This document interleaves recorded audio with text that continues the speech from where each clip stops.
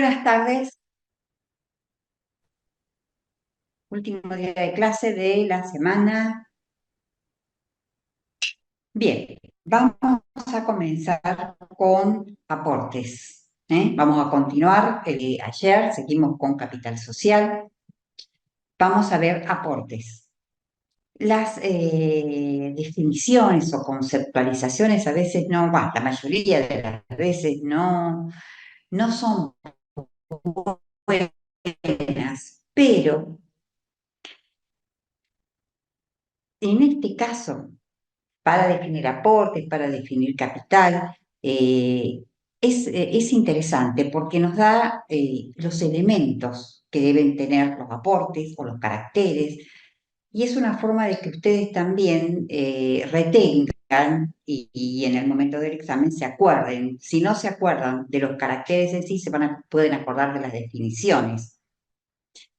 Entonces decimos que los aportes es el conjunto de prestaciones. Hablamos de aportes en general, que es un tema que ustedes ya lo han visto.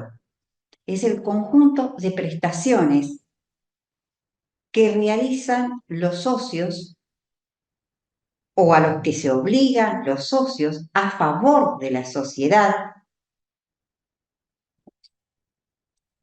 para el cumplimiento del objeto, ya sea en el acto constitutivo o luego ante un aumento de capital. ¿Qué estamos diciendo con esto? Por eso digo que da los caracteres. El aporte es el conjunto de prestaciones. Ustedes vieron que esas prestaciones o aportes pueden ser variados. Cuando vieron la parte general, artículo 37, siguientes, vieron que puede haber aportes de dar en propiedad, de dar en uso y goce.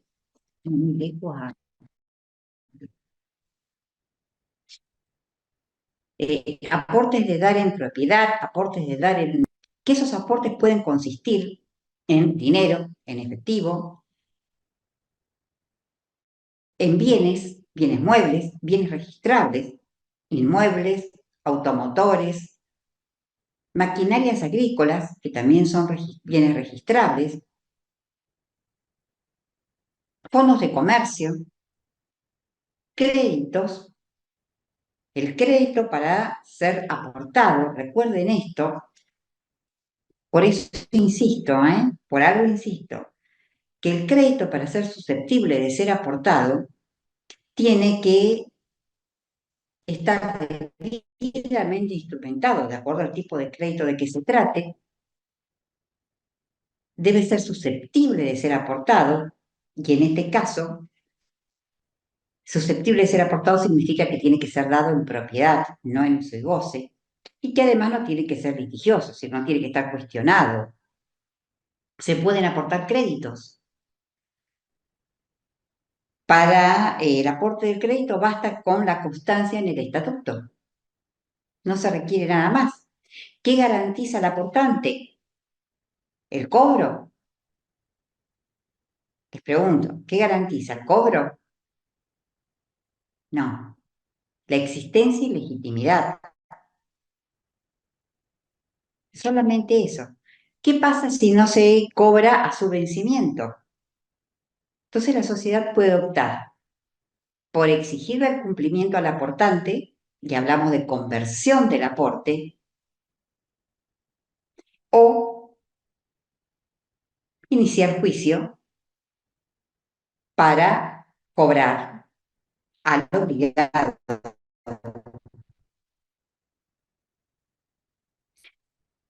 Se pueden aportar acciones embargadas, contando el monto del embargo. Es variable, pero en las sociedades anónimas y en las sociedades de responsabilidad limitada, la ley, no recuerdo bien en los artículos, pero está entre el 37 y el 45 de la Ley General de Sociedades, establece que dos tipos societarios de edad bien determinados, susceptibles de ejecución forzada, con lo cual no se permiten los aportes de uso y goce, ni los de hacer. O sea, recuerden eso, solamente bienes determinados, dados en propiedad, no aportes en uso y goce, no aportes de hacer. Esa libertad de aportación, ¿recuerdan ustedes en qué tipo societario está permitida? Por acá no hay libertad de aportación, ni en las SRL ni en las SA. En las colectivas hay libertad de aportación, en el socio comanditado, de la encomandita simple, en la encomandita por acciones también, en el socio capitalista, de las de capital e industria, pero siempre debe haber un socio, sobre todo en las colectivas y en el socio capitalista de la de capital e industria, debe haber algún socio que realice un aporte de dar en propiedad. ¿Por qué? Porque esto sí se los dije yo antes. Yo mencioné que solamente se admiten aportes de dar en propiedad o el capital social está integrado por aportes dados en propiedad. ¿Por qué piensan ustedes que en estas sociedades personalistas que le mencioné hay libertad de aportación y en estas no?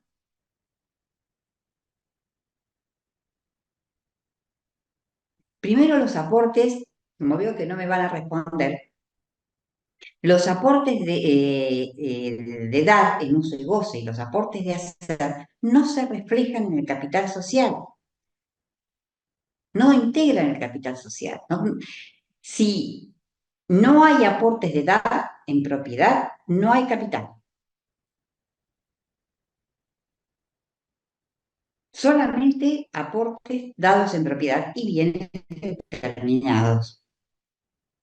Entonces, en una sociedad colectiva, donde hay libertad de aportación, algún socio tiene que realizar un aporte de dar en propiedad, porque si no, no hay capital social. ¿Y por qué la limitación?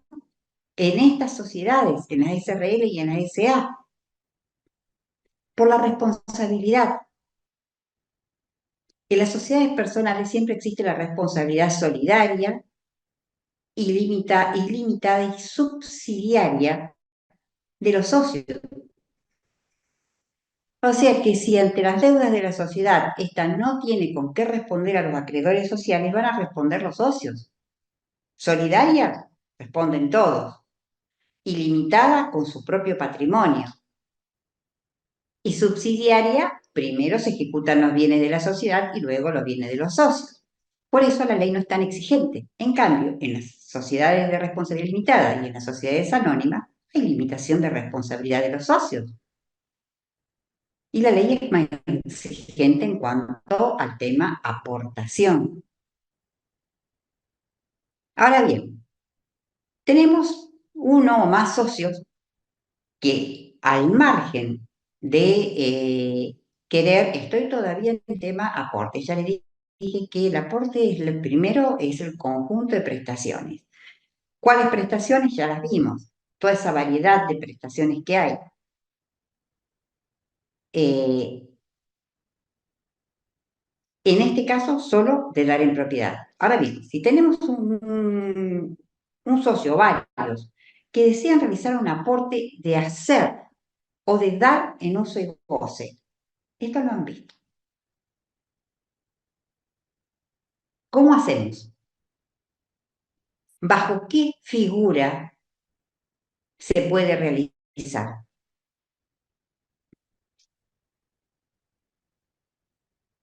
¿Ustedes han visto prestaciones accesorias?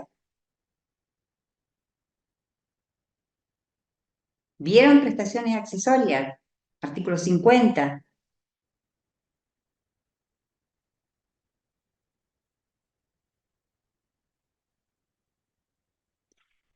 En menos de un mes tienen el examen.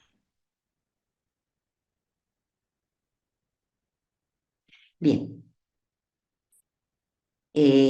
Bajo la figura de prestaciones accesorias. ¿Qué son las prestaciones accesorias? Son prestaciones que no pueden ser realizadas como aportes en determinadas sociedades, las dos que le mencioné,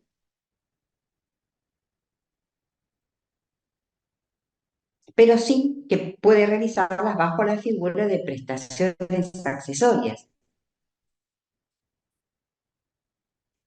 Artículo 50 de la Ley General de Sociedades. Las prestaciones accesorias tienen que estar previstas en el estatuto o en el contrato si es una SRL. Tienen que estar perfectamente diferenciadas de los aportes reales que hacen los socios. No integran el capital social.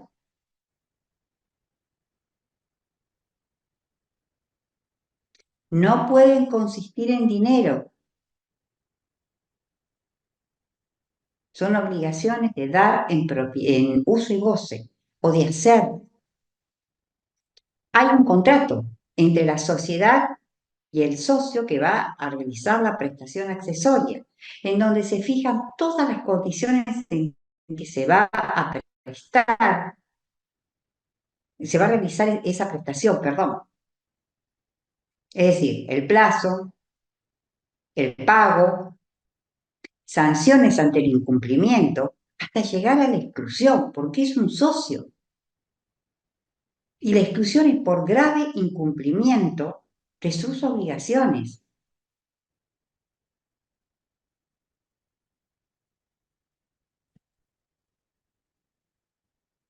Si la prestación accesoria es conexa a una acción, la transferencia de la acción requiere el consentimiento del directorio. No sé si ustedes lo vieron con la doctora Alessio, pero si la prestación, también hay prestaciones accesorias, por supuesto, porque son las dos sociedades, donde se permiten obligaciones de hacer o de dar en uso y goce bajo esta figura. Si la cuota es conexa a una prestación accesoria, ante la transferencia de la cuota se requiere la conformidad de las mayorías necesarias para modificar el estatuto. Pregunta de examen. Vamos primero a las acciones. ¿Son libremente transmisibles las acciones? Sí, salvo la existencia de pactos que limiten la libre transmisibilidad, pero no se puede prohibir la transmisión de las acciones. Fíjense que aquí nos encontramos con una limitación. No solamente están los dos pactos, el pacto de adquisición preferente y el de conformidad unánime o mayoritaria por parte de los socios, sino también en el caso de que exista una prestación accesoria y esa prestación accesoria sea conexa a una acción o conexa a una cuota en una SRL. En ese caso existe una limitación. Por supuesto que no van a estar prohibidas porque siempre pueden recurrir a la vía judicial para que sea el juez que decida, quien decida si hay motivos o no para oponerse a esa transferencia o para no prestar la conformidad.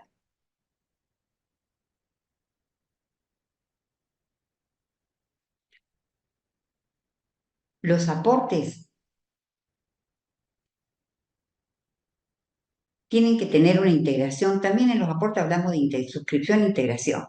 Los aportes tienen que estar totalmente suscriptos en el acto constitutivo. En el acto constitutivo ya el socio debe determinar cuáles van a ser sus aportes. Y si hay aportes en especie, valuación. O sea, es la obligación.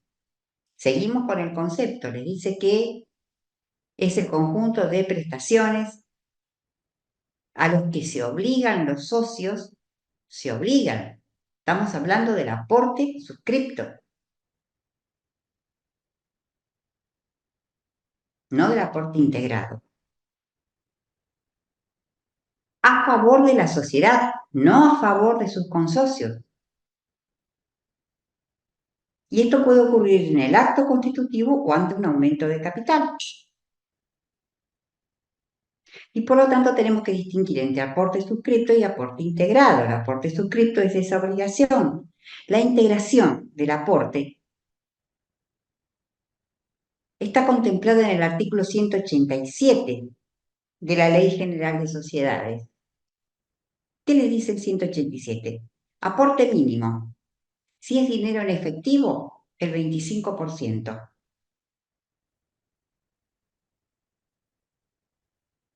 Y ese aporte mínimo debe acreditarse, ese 25% debe acreditarse que se integró antes de la inscripción de la sociedad en el registro público.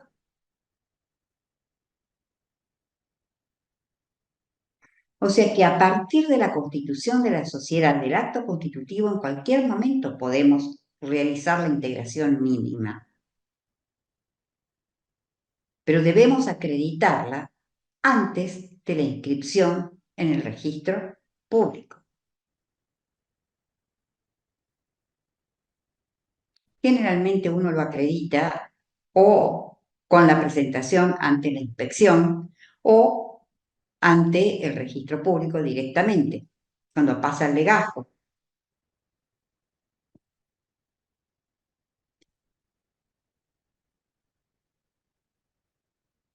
¿Qué pasa luego? A ver, ¿qué pasa con el resto?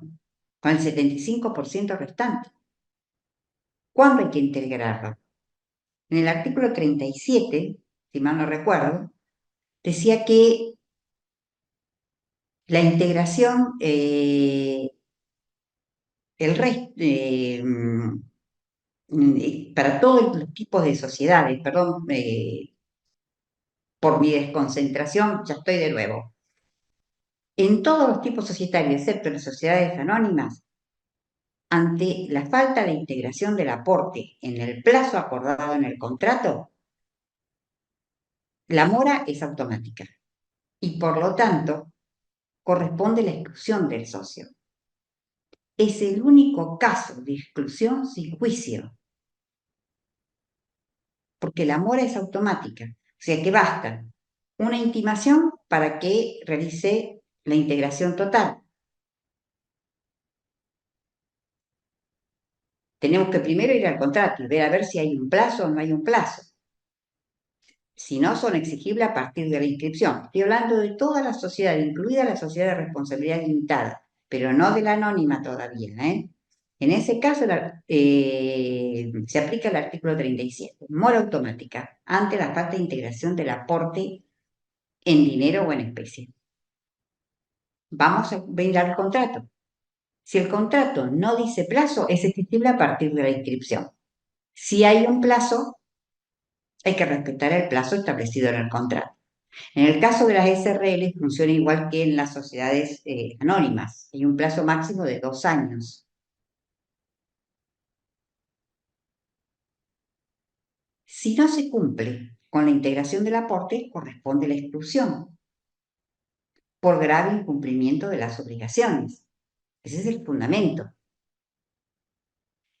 Les dije que era el único caso en donde había exclusión sin necesidad de juicio. Basta con intimar al socio. Debe haber una decisión de los socios en reunión que decidan la exclusión y una nota informando al registro con toda la documentación acreditante de que se intimó, de que se decidió excluir al socio para que se registre la exclusión del socio. Esto es como un repaso. ¿Qué ocurre en las sociedades anónimas? Se aplica el 187.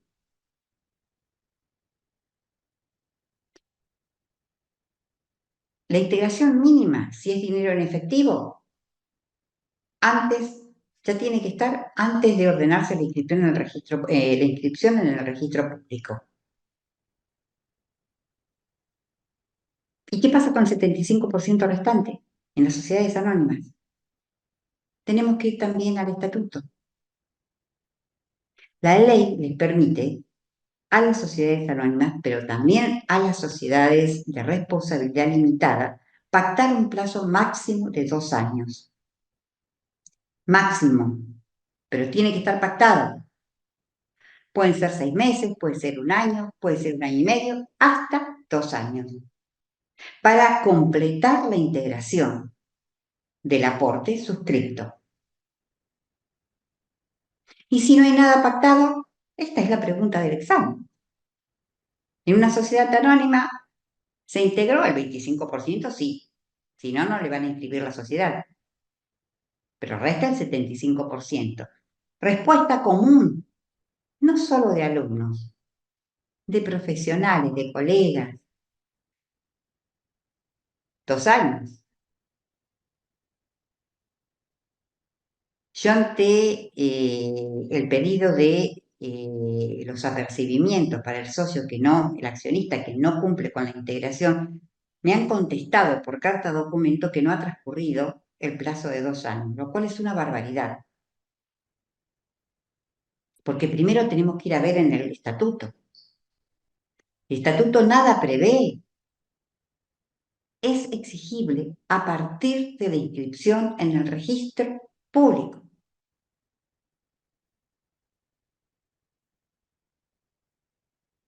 Esto se lo tienen que grabar. Integración mínima la tienen que hacer sí o sí antes de ordenarse la inscripción, porque no le van a ordenar la inscripción. ¿Qué pasa con el resto? Y bueno, habrá que ver, vayan a mirar, hay que mirar el contrato, el estatuto en este caso. Si en el estatuto está previsto el plazo de 2 años, el plazo de 1 año y medio, tienen ese tiempo para completar el aporte. Ahora, si no hay nada previsto, es exigible a partir de la inscripción en el registro. ¿Desde cuándo se cuenta el plazo? Desde la inscripción de la sociedad. ¿Qué ocurre con los aportes en especie? Ya vimos que la suscripción debe ser total en el acto constitutivo, pero la integración, la ley les dice, también debe ser total en el acto constitutivo. No siempre es posible cumplir con esta normativa. ¿Por qué? Porque si se trata de bienes muebles que se transmiten por la simple tradición, un escritorio, computadoras, bienes que no son registrables, directamente en el acto constitutivo, en los días sucesivos, se lo entregamos a la sociedad y dejamos constancia de que hemos integrado totalmente nuestro aporte en especie. Lo mismo con los créditos, porque les dije que el crédito, la integración del crédito se perfecciona con la simple constancia en el estatuto.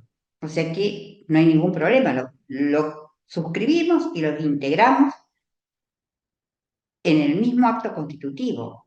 Lo mismo ocurre con los derechos, salvo que sean derechos que requieran de algún procedimiento particular para poder transmitirlos. Pero con los bienes registrables, nosotros ya tenemos el acto constituido, ya suscribimos, todavía no presentamos el instrumento constitutivo en inspección. ¿A ustedes les parece que es posible que el accionista fundador, el fundador, vaya con el instrumento constitutivo al registro de la propiedad inmueble o al registro automotor con una nota firmada por un escribano, solicitando la inscripción de ese bien en forma preventiva a nombre de la sociedad de información? No, no le van a dar bolilla, no se lo van a inscribir. Se requiere una solicitud de la autoridad, de una autoridad. En nuestro caso va a ser la autoridad de control, la IGPJ. O sea, recién van a poder integrar la totalidad de los aportes en especie, si son bienes registrables, una vez que hayan presentado el instrumento constitutivo en la inspección. Después que se hizo la evaluación de aportes, se ordena al registro de la propiedad inmueble, al registro automotor, al registro de maquinaria agrícola. Se va a ordenar la inscripción en la marginal o en el título en forma preventiva. Inscripción que se va a transformar en definitiva también con una nota firmada por un escribano en el momento en que la sociedad se encuentre debidamente inscripta. Por eso les digo, hay imposibilidad material de integrar totalmente los bienes en especie en el acto constitutivo. Hay bienes en especie que sí, bienes muebles, créditos, deudas, créditos, perdón, bienes, derechos, pero los que requieren de registración, ¿no? Hay que esperar a la presentación ante la autoridad administrativa. Recién ahí van a estar totalmente integrados, se va a completar esa integración. En el caso del Fondo de Comercio, se requiere de un procedimiento bastante complejo para poder transmitirlo a la sociedad. Hay que desafectar a los acreedores, hay que hacer publicación de edicto, no es sencillo. Sí, van a tener que completar la integración antes de la inscripción en el registro público. ¿Qué pasa ante la mora en la integración?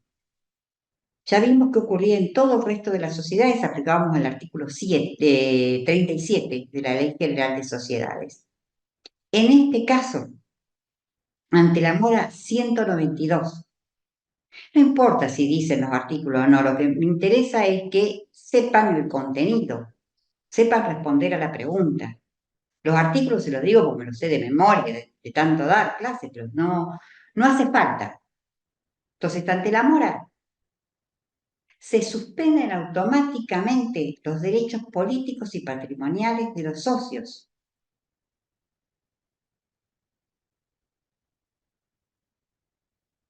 Sin embargo, o sea, cuando le preguntan, ¿qué pasa ante la mora? Suspensión automática de los derechos políticos y patrimoniales. Primera respuesta. El estatuto puede establecer que además de la suspensión de los derechos políticos y patrimoniales, de las acciones en mora, es decir, cuando le hablo de suspensión de derechos políticos y patrimoniales, les estoy diciendo que el accionista titular de esas acciones en mora no va a poder asistir a la asamblea, no va a poder votar, no va a cobrar los dividendos en caso de que se distribuyan. Pero el Estatuto del PG puede también establecer que la caducidad de esas acciones en mora, previa intimación al accionista moroso. Cuando hay caducidad, debe haber una reducción de capital. Quedan sin efecto, se cancelan las acciones. Eso implica una reducción de capital.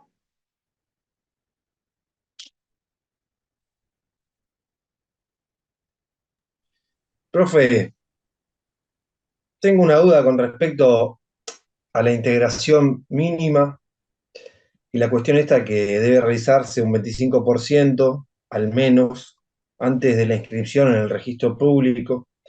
Y si no se fija un plazo en el estatuto de cuándo debe realizarse el otro 75%, se toma por obligatorio desde la fecha en que está inscripta la sociedad en el registro. Ahora, ¿esa fecha a partir de cuándo es? ¿A partir de que se aprueba o a partir de que se presentó todo para que se apruebe? Existe sopa. ¿Por qué? A ver, Yo lo que Hay una quiero saber integración mínima es que es la fecha de necesaria, sí inscripción, o sí, ¿cuándo ahí es? no tenés dudas. Necesaria para ordenar, antes de ordenarse la inscripción, si no, no se ordena la inscripción. ¿Hasta ahí estamos bien? Sí, Sí, bien. Se inscribe la sociedad. Falta integrar, esto es dinero, ¿eh? En dinero, en especie, tiene otro tratamiento.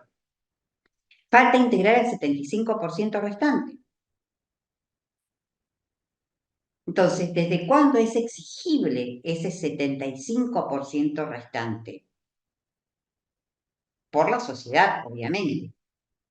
¿Cuándo la sociedad puede exigir al accionista que integre el 75% restante?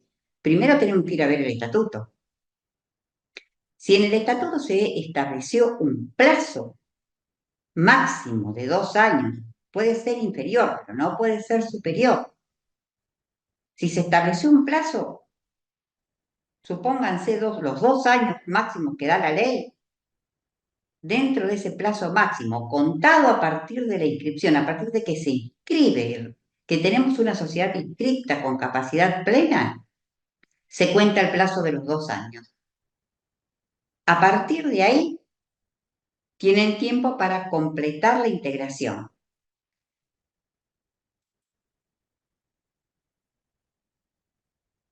Capital. ¿Cómo si no tiene capital? Capital es una cifra abstracta. Espérenme No, unos perdón, quería minutos. referirme a lo que estábamos hablando antes, pero no importa. ¿A los aportes? ¿A qué te querés referir? No, no importa, no importa, no importa. No. A ver. Tema aportes. Suma, es decir, son las prestaciones. Las prestaciones tienen que ser reales. Los aportes en especie tienen que ser aportes reales. Aquí no hay duda. El problema viene con el dinero en efectivo.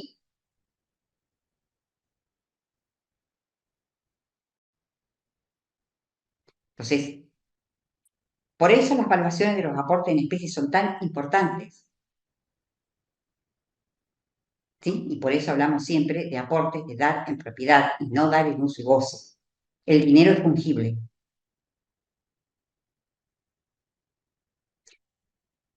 Eh, Sigo, mora en la integración, consecuencia inmediata, suspensión de los derechos políticos y patrimoniales. El estatuto puede prever la caducidad de las acciones en mora, previa intimación al aportante para que cumpla con el aporte, lo transforme en dinero. O subasta, remate. En el segundo supuesto, cuando hay cancelación por caducidad, debe haber reducción de capital. Ahora sí, voy a despejar tus dudas con respecto al capital social. ¿Qué es el capital? El capital social es la sumatoria frente a los aportes, es la sumatoria de los aportes de dar en propiedad bienes determinados susceptibles de ejecución forzada a la que se obligan los socios a favor de la sociedad, ya sea en el acto constitutivo o luego ante un aumento de capital. O sea, es la sumatoria de los aportes. Solamente aportes de dar en propiedad, les vuelvo a repetir, a los que se obligan, o sea, estamos hablando del aporte suscripto, de esa obligación que asume en el acto constitutivo, a favor de la sociedad, no a favor de los consorcios. Y puede ser en el acto constitutivo o ante un aumento de capital donde se emiten nuevas acciones. Y la integración, debemos aplicar de nuevo las reglas o el procedimiento del artículo 187 de la Ley General de Sociedades, o sea, una integración mínima del 25%, que hay que acreditarla antes de la inscripción en el registro público, a través de un depósito en una cuenta de la sociedad, en el Banco de Santa Fe, en nuestra provincia es en el Banco de Santa Fe, en Buenos Aires, en el Banco Provincia de Buenos Aires, y el resto, la integración faltante, hay que ver si en el estatuto está previsto un plazo para completar la integración y si no hay plazo previsto en el estatuto, es exigible la integración a partir de la inscripción de la sociedad en el registro público. Si hay plazo, el plazo se cuenta desde la inscripción de la sociedad. O sea, los 2 años son desde la inscripción de la sociedad. Esta es la respuesta de examen. Si se trata de aportes en especie, hay que tener en cuenta la evaluación de los aportes y la integración debe ser total en el acto constitutivo. Pero les vuelvo a repetir lo que les dije antes. Hay supuestos en que se puede integrar totalmente y hay supuestos en los que en el acto constitutivo no se puede realizar la integración completa, absoluta, sino que se requiere de un procedimiento que es una orden de la autoridad administrativa al registro, o una solicitud más que una orden, una solicitud en la cual peticiona que se inscriban esos bienes a nombre de la sociedad en formación, con lo cual ya se integran totalmente los aportes en especie. Si no fueran sociedades anónimas, fueran del otro tipo de sociedades, sociedades personales o SRL, esa petición la realiza el juez del registro público y quedan totalmente integrados los aportes en especie antes de la inscripción.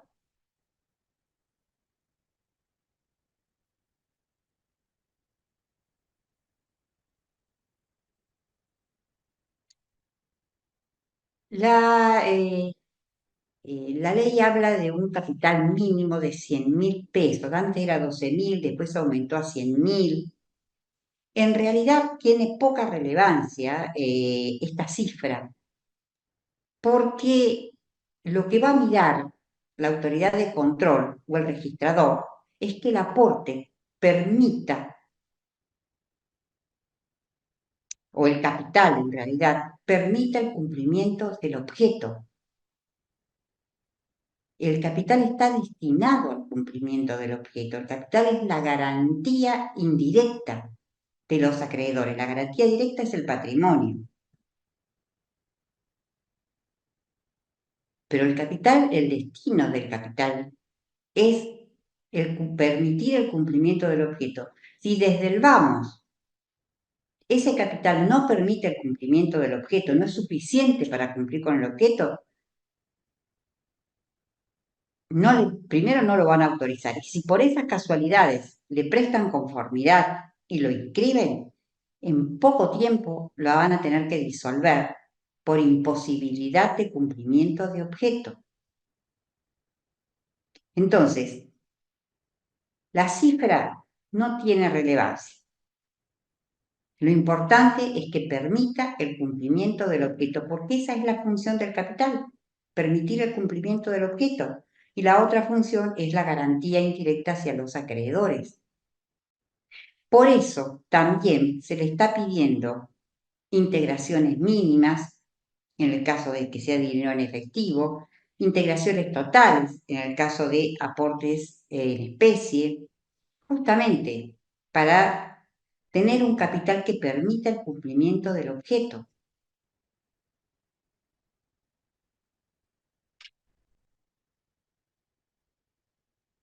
Hay que distinguir capital de patrimonio. ¿Qué es el patrimonio? El patrimonio es la sumatoria, pregunta, es la sumatoria de los bienes, créditos y deudas. Ese es el patrimonio, según el Código Civil y Comercial. Y el patrimonio neto, activo menos pasivo. O sea, créditos, bienes menos deudas, activo menos pasivo. ¿Cuál es la diferencia entre capital y patrimonio neto? El patrimonio neto es una cifra totalmente variable. El patrimonio varía, va y viene, ingresan, egresan bienes, se reemplazan, mientras que el capital es una cifra abstracta. ¿Por qué decimos que es una cifra abstracta? Porque en un principio dijimos que el capital es la sumatoria de los aportes a los que se obligan los socios. O sea, en un principio ustedes van a tener un correlato directo entre la cifra de capital y la sumatoria de los aportes. Vamos a tener un capital real. Pero como los aportes están determinados en el patrimonio, y les vuelvo a repetir, es variable, ingresan, egresan bienes, se revalúan los bienes, el patrimonio se va a ir distanciando del capital y por lo tanto la cifra de capital no va a coincidir necesariamente con la sumatoria de los aportes.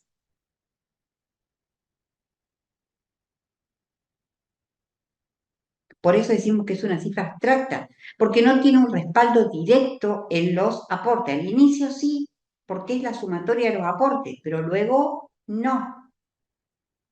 Es una cifra invariable, no se cambia. Fíjense que la de patrimonio les acabo de decir que sí, que varía, salvo que exista un aumento de capital o una reducción.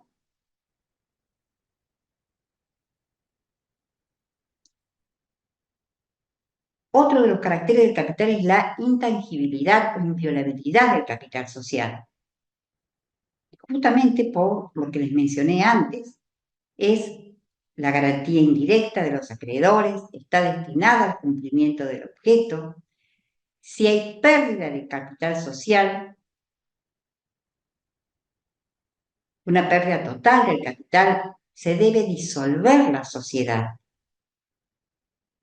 por imposibilidad de cumplimiento del objeto. Esa es la causal.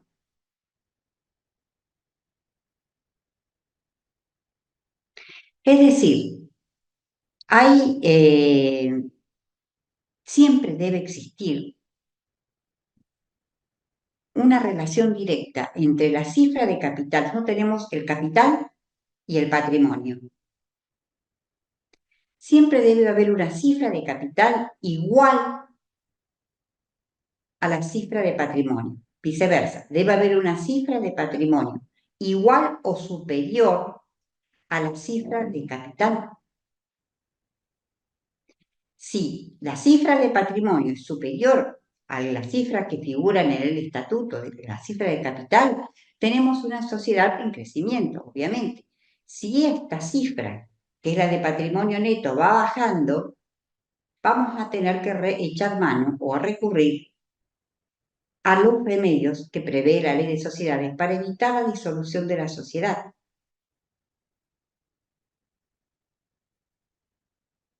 ¿Me entienden esto? Fíjense que primero les dije que era una cifra abstracta, que no tiene un correlato directo con los aportes. En un principio sí, que es la sumatoria, pero que luego este capital va variando. Pero siempre, aunque varíe, tiene que existir una cifra igual de patrimonio neto y de capital. Puede ser superior, pero no puede ser inferior, porque si no tenemos que disolver la sociedad, salvo que recurramos al reintegro de capital o a la reducción, que después la vamos a ver. Sería una serie de artículos que protegen la intangibilidad del capital social, o sea, que se mantenga esa cifra entre esa igualdad entre patrimonio, entre capital y patrimonio.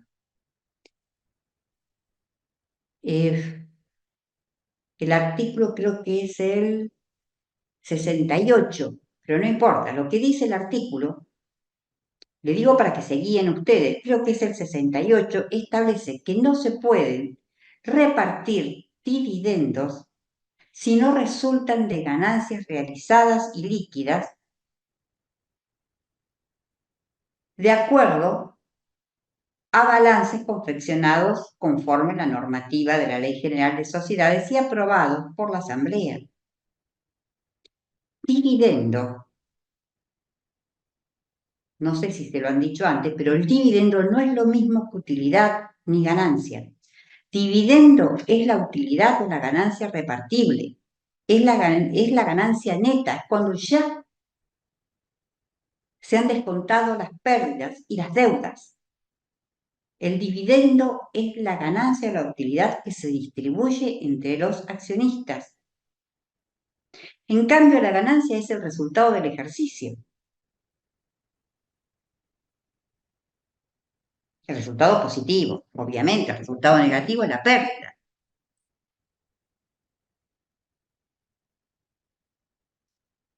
Entonces, esta es una norma que protege esa intangibilidad. No se pueden distribuir dividendos mientras no resulten de ganancias realizadas y líquidas. ¿Qué significa realizadas? De operaciones concretas, no operaciones a futuro. Líquidas que estén cuantificadas, que ya tengan un valor, que se encuentren concluidas y que además hayan sido aprobadas por la Asamblea, o sea, que el balance haya sido aprobado por la Asamblea. El artículo 70, que les exige una reserva, es decir, habla de las reservas. Hay dos tipos de reservas legales, reservas facultativas. Las reservas legales son aquellas obligatorias, las facultativas no. ¿Cuáles son las legales? Cuando antes de distribuir los dividendos, la sociedad está obligada a retener un 5% al final de cada ejercicio hasta llegar al 20% de las ganancias. Aquí no tenemos dividendos, estamos haciendo deducciones. La primera deducción que hay que hacer en las ganancias a ese resultado positivo es la reserva obligatoria, el 5%. Si ya llegaron al 20% no es necesaria la deducción. Estas reservas obligatorias no se pueden nunca distribuir, justamente porque hay limitación de responsabilidad. Protegen la intangibilidad del capital social. En cambio, las reservas facultativas son aquellas reservas que están formadas por dividendos que no se han distribuido. En lugar de ser distribuido por los socios, han decidido transformarlo en reservas facultativas. Quedan en una cuenta de la sociedad. El artículo 71, que les dice que no se pueden distribuir dividendos si no se cubren las pérdidas de ejercicios anteriores. El artículo 96, que les habla de algo que les mencioné recién, que es que se evita, ¿cómo evitamos? Pregunta de examen, ante pérdida de capital social, ¿cómo evitamos la disolución de la sociedad? A través del reintegro del capital. Artículo 96. El reintegro implica nuevos aportes, pero que no son aumento de capital. No significan un aumento de capital, simplemente se realiza a fin de evitar, son aportaciones que hacen los socios, pero tienen como objetivo evitar la disolución de la sociedad. No hay aumento de capital. Se restaura el capital social a fin de mantener el equilibrio entre capital y patrimonio neto. Otro de los remedios para evitar la disolución es la reducción del capital social.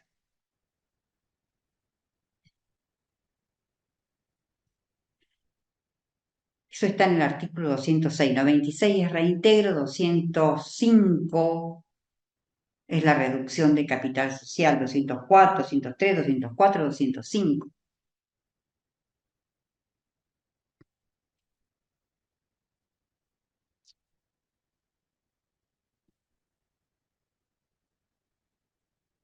Bien, ¿Alguna duda con esto? ¿Vos tenías alguna duda? Tu nombre, Agustina. Agustina. ¿Cuál era tu duda? No, pero ya pasó, profe, no importa. No, ya ni me acuerdo. Es importante, porque te lo llegan a preguntar, no vas a saber qué responder. ¿Qué pasa si no hay capital? Me preguntaste. ¿Cómo funciona la sociedad? No, no, Esa fue tu no, no, no, pregunta. no, pero no importa, ya, no, no, gracias, igual. Bueno, igual lo voy a decir, capital tiene que haber. En realidad lo que interesa es el patrimonio. El capital es una cifra abstracta que va a figurar siempre igual, aunque no se, siempre y cuando no se modifique, no se aumente o no se reduzca. Lo importante es el patrimonio, que la sociedad tenga un patrimonio para responder a sus acreedores. Por supuesto que tienen acreedores las sociedades, son personas jurídicas con capacidad, pueden celebrar contratos. Eso es lo importante. Por eso se les pide que la cifra de capital sea igual a la de patrimonio neto y que ese patrimonio en realidad lo que va a bajar no es el capital social, lo que se va a reducir por pérdidas es el patrimonio. La realidad no siempre coincide con la legalidad, ¿eh? Y con lo que nosotros damos en clase. Cuando ustedes vean que se reduce el capital, en realidad lo que se está reduciendo es el patrimonio neto. De tal forma que no pueden cumplir con el objeto, responder a los acreedores. Hay otra cosa que sí quería mencionarles. Ayer, no sé si fue alguna de ustedes, preguntó si no, y en el caso de la del 299, si no había modificaciones por el último DNU de mi ley. ¿No está presente esa alumna o alumno? Tú, Delfina. Sí, A yo ver, creo. Delfina, yo voy a hacer un mea culpa, pero un mea culpa porque me fui a algo que me interesaba más, pero obvié algo que te interesaba a vos, que fue lo que marcaste. El DNU, en realidad, eh, hizo algunas modificaciones que no están firmes todavía respecto de las sociedades del 299 y tienen más que ver con qué sociedades están comprendidas y qué recaudos deben cumplir las sociedades del 299. Yo me referí a eso y obvié algo que no sé, si vos confirmame si es así, que es el monto al que debe ascender el capital social para considerarse una sociedad del 299. ¿Te referías a eso?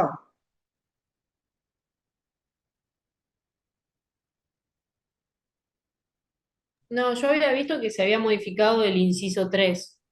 A eso me hacía referencia. Bueno, entonces yo estaba acertada.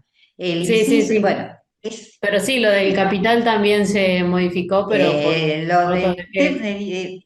a ver, se han modificado varios incisos y Claro. varias cláusulas respecto a su derecho, pero este DNU es una ley ómnibus, en donde hay idas y vueltas, avances y retrocesos. Entonces yo no quiero tocar ese tema.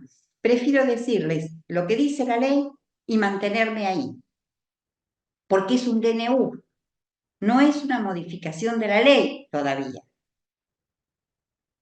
Lo que sí está modificado, pero no por el DNU, sino por el Ministerio de Justicia y Derechos Humanos, es el monto del capital. Se fue modificado en febrero del 2024. Yo me fui a lo que a mí me interesa, que era justamente lo que vos planteás. Uno es el inciso 3 y otras situaciones que plantea el 299. Hoy, el capital del 299 por resolución del Ministerio de Justicia y Derechos Humanos es de 2.000 millones de pesos. No es más 50. Cuando yo empecé a estudiar sociedad, de no estudiar en grado, sino ya como docente en posgrado, era de 10 millones. De 10 millones, bueno, llegamos a los 50 y de los 50 pasamos a los 2.000. Miren la inflación, de 50 millones a 2.000. Así que modifiquen esas cifras. Son del 2,99 todas aquellas cuyo capital supera los 2.000 millones de pesos a partir de febrero del 2024. El resto, déjalo como está. Por ahora la ley no está modificada. ¿Sí? Bien. Hablamos ya de patrimonio neto. Acuérdense que el patrimonio neto es una cifra totalmente variable y que siempre tiene que tener una relación directa con ser igual o superior a la cifra de capital, porque si no nos estamos descapitalizando y corresponde la disolución de la sociedad, salvo que se reintegre o se reduzca el capital social.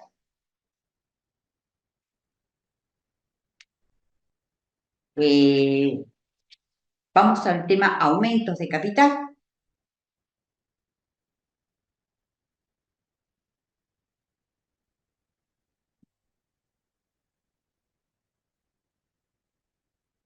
Hay distintas situaciones, o no son formas de aumentar el capital social, sino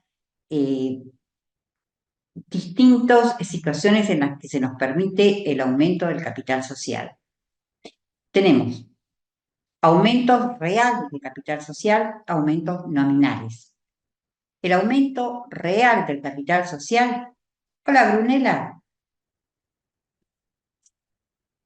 ¿Estabas Hola, perdida? buenas noches. No, llegué tarde porque recién llegué de trabajar. Hoy me Pero tocó importa. Bueno, los llegar aumentos recién. reales es cuando realmente se emiten nuevas acciones.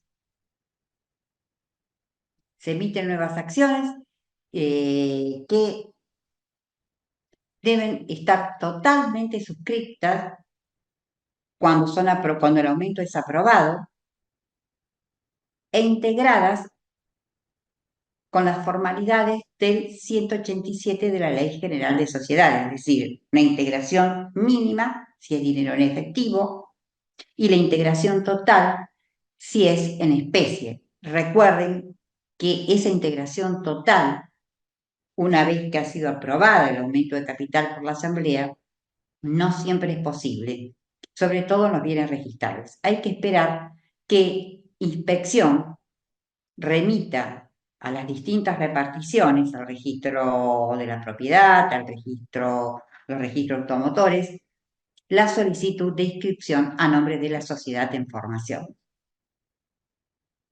Pero siempre tiene que ocurrir antes de la inscripción de la sociedad en el registro público. Por eso hablamos de integración total de aportes en especie.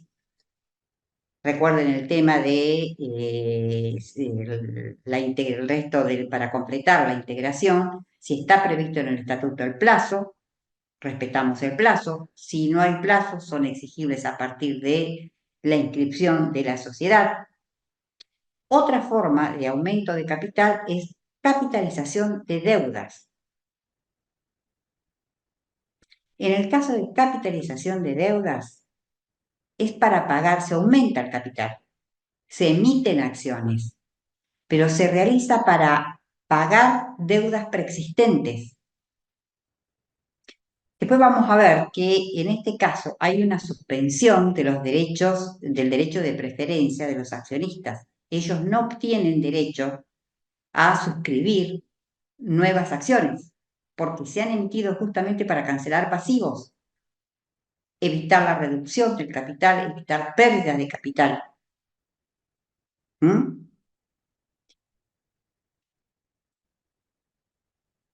En los casos de aumento real de capital, siempre se debe respetar la proporcionalidad de las acciones que cada accionista tenía.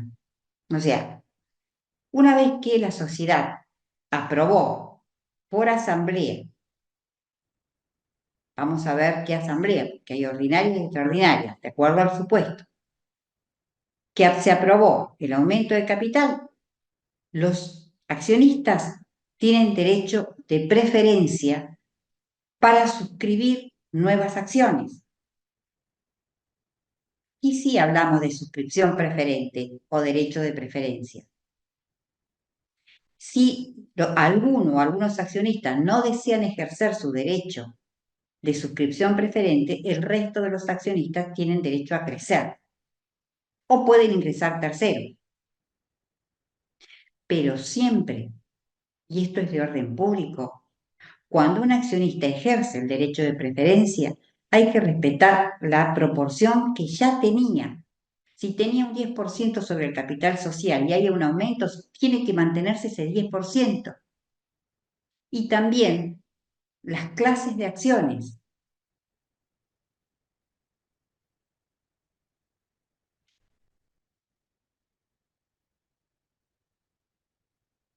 En los casos de aumento real de capital, vuelvo a repetir, se deben suscribir e integrar de acuerdo al artículo 187. Suscripción total, integración mínima o total mínima en el caso de dinero en efectivo y integración total en caso de bienes en especie.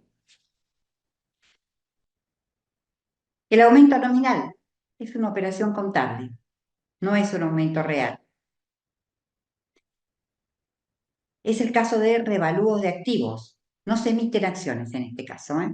Simplemente se revalúan activos. Es decir, hay bienes que tienen un valor determinado, que de los balances surge un valor determinado, pero en el mercado tienen un valor superior.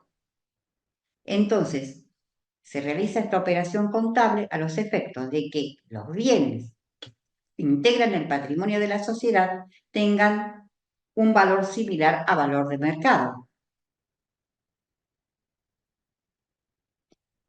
No hay emisión de acciones, los socios no pueden ejercer el derecho de suscribir nuevas acciones, no hay derecho de acrecer.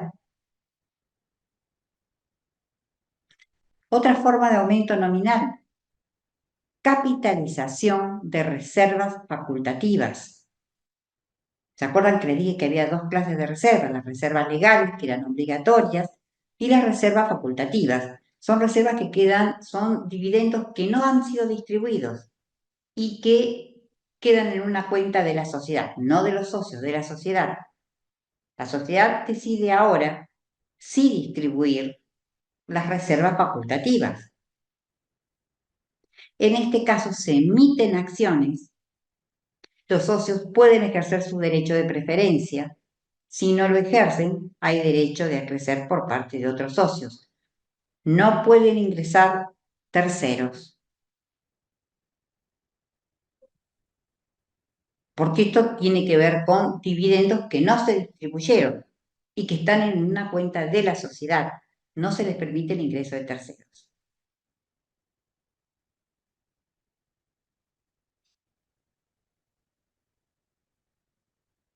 Las decisiones de aumento de capital se pueden tomar en principios generales, que el aumento de capital se resuelve por asamblea extraordinaria. Se resuelve siempre por asamblea extraordinaria, con las mayorías necesarias para reforma de estatutos.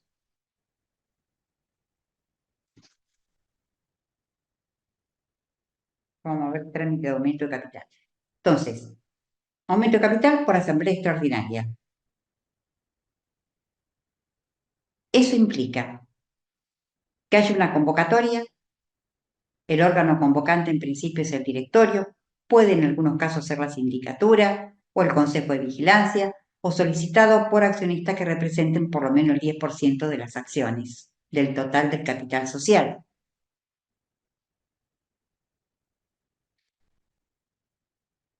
Esa convocatoria les dije en algún momento que tiene un procedimiento que es de orden público. Ya tenemos un órgano convocante válido. Se debe hacer publicación de edictos, fijando el tipo de asamblea que lo va a tratar. En principio es la asamblea extraordinaria para todos los aumentos de capital.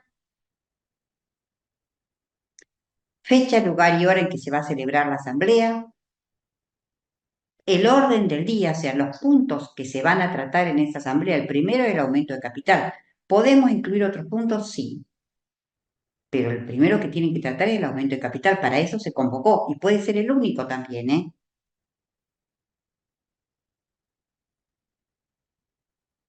Una vez que la asamblea decide aprobar el aumento de capital,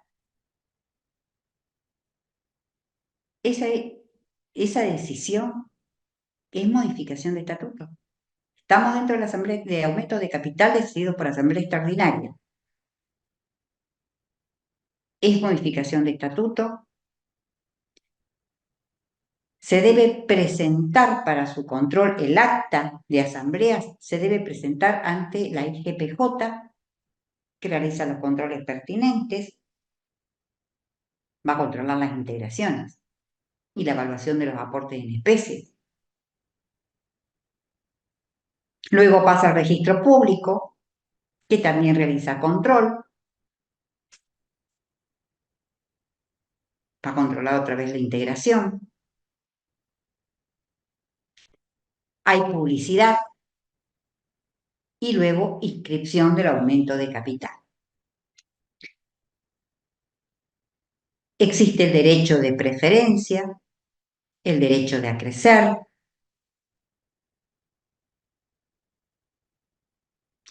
Pueden ingresar terceros si está permitido. O sea, existe el derecho de preferencia y el derecho a crecer si hay aumento real o si hay capitalización de reservas facultativas, no cuando hay capitalización de deudas o revalúo de activos. Pero sí es una modificación del estatuto y sí pasa por los controles de la IGPJ y del registro público y se debe inscribir.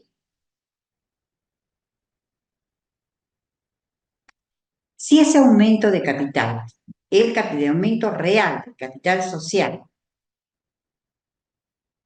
implica un aumento muy importante, de tal forma que genera mayores obligaciones y responsabilidades por parte de los socios, estos tienen derechos de receso, es decir, derechos de retiro. ¿Qué significa? A ver, con todo este tema de los aumentos de capital, realmente es una de las formas de abusos de mayoría. ¿Por qué? Se va aumentando el capital social. Hay sucesivos aumentos de capital social, donde hay que hacer desembolsos porque hay integraciones.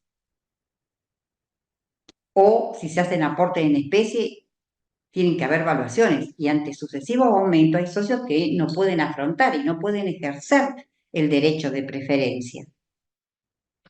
Con lo cual se les va licuando su participación social. Y de tener un 10% pasan a tener un 1 o un 0,1 de participación social. Esto es un ejemplo de abuso de mayoría y es la forma más común del abuso de mayorías, los sucesivos aumentos de capital.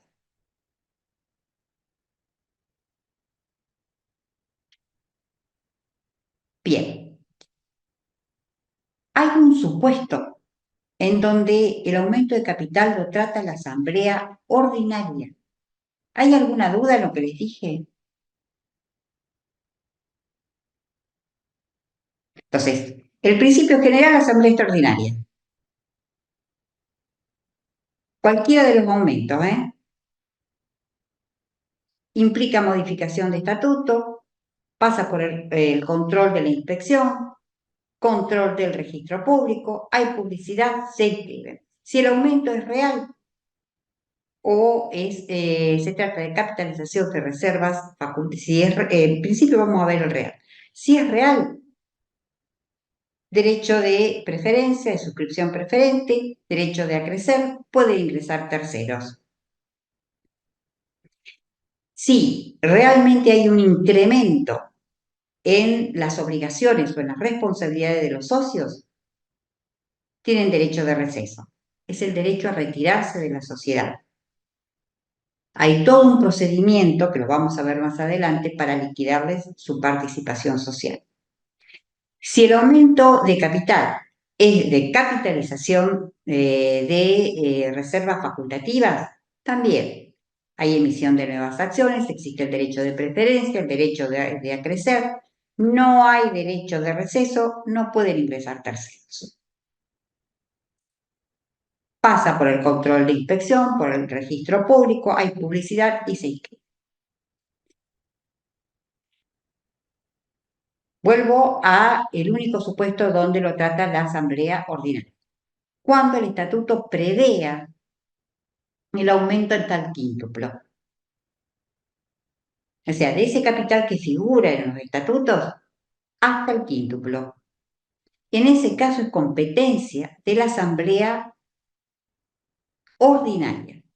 No hay modificación de capital. Estamos hablando de un aumento real.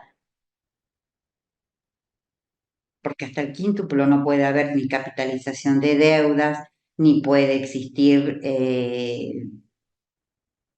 capitalización de reservas facultativas, ni puede existir revalúo de activos. O sea, cuando el aumento es real y es hasta el quíntuplo y está previsto en el estatuto, asamblea ordinaria. No hay modificación de estatuto, por lo tanto, no pasa por el control de la inspección, se presenta ante el registro público para su inscripción. Se debe inscribir. Los accionistas tienen derecho de suscripción preferente, pueden ejercer, tienen derecho de acrecer, pueden ingresar terceros, pero no hay derecho de receso, porque ya está previsto en el estatuto. Quien ingresó a la sociedad, quien ha sido socio fundador o ingresó luego a la sociedad por otro aumento anterior, ya sabía que hasta el quíntuplo lo trataba la asamblea ordinaria. Y además tiene un límite, el quíntuplo. No hay un aumento importante que incremente las obligaciones o las responsabilidades. Por lo tanto, no hay derecho de receso.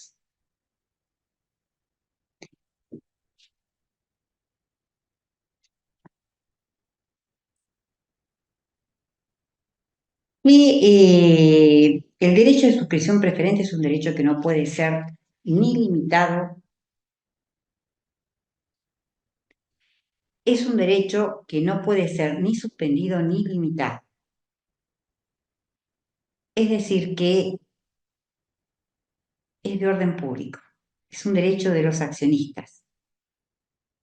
Sin embargo, la asamblea extraordinaria, en un supuesto especialísimo, puede suspender y o limitar el derecho de suscripción preferente. Vuelvo a repetirles, es un derecho que no puede ser suspendido o limitado. Solo se puede suspender y limitar por decisión de la asamblea extraordinaria, cuando está comprometido, es decir, condiciones, que esté comprometido el orden público, el interés público,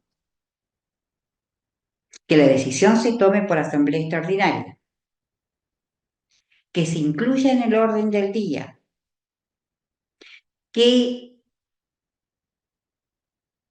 ese aumento de capital en el cual se suspenden o limitan los derechos, el derecho de suscripción preferente, sea para cancelar pasivos, para cancelar deudas preexistentes. ¿Se acuerdan que les dije que una de las formas de aumento de capital, una era la emisión de nuevas acciones y la otra la capitalización de deuda? Bueno, acá está el supuesto. Cuando es para cancelar deudas preexistentes, hay un límite o una suspensión. Los accionistas no pueden ejercer el derecho de suscripción preferente porque quienes van a suscribir las nuevas acciones son los acreedores de la sociedad. O, y acá está, ahí sí, en este caso sí es un límite, o cuando se trate de acciones que se emiten para integrar, para ser integradas por bienes en especie. Es decir, que solamente pueden suscribir nuevas acciones aquellos que van a realizar aportes en especie, no los que van a realizar aportes en dinero. Está limitado para ellos el ejercicio del derecho de suscripción preferente.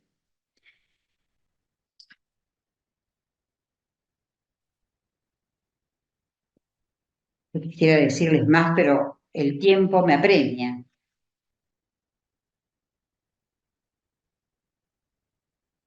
En ambos casos, tanto en el caso de la asamblea ordinaria como en el caso de la asamblea extraordinaria, se puede delegar en el directorio la emisión de las acciones. ¿Qué significa esto?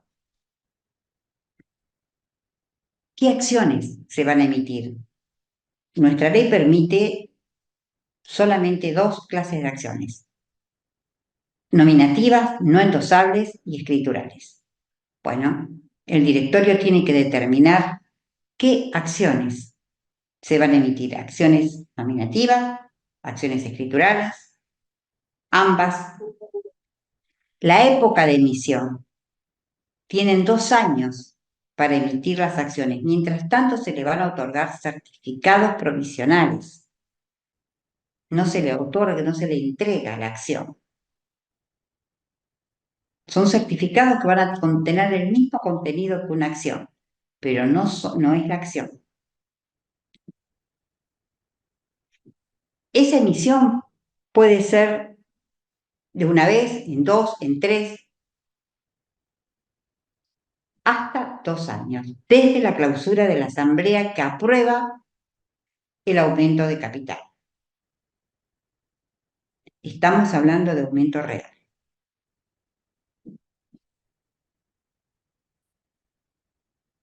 ¿Qué pasa cuando se viola el derecho de suscripción preferente? No se le permite al socio, al accionista, ejercer ese derecho. Evidentemente hay una responsabilidad del directorio, que es el órgano de administración.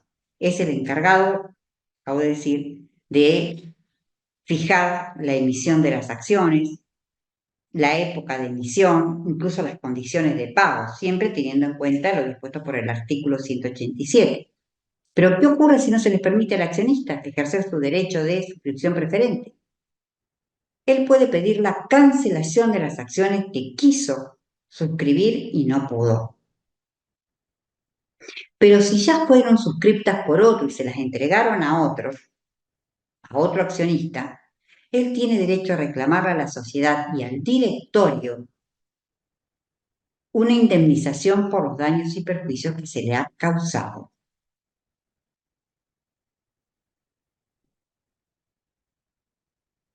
Hay una cosa antes de terminar que no quiero que me quede ahí perdida, porque después pasamos a otro tema. La clase que viene, no vamos a seguir hoy. Bueno, ahora me perdí yo.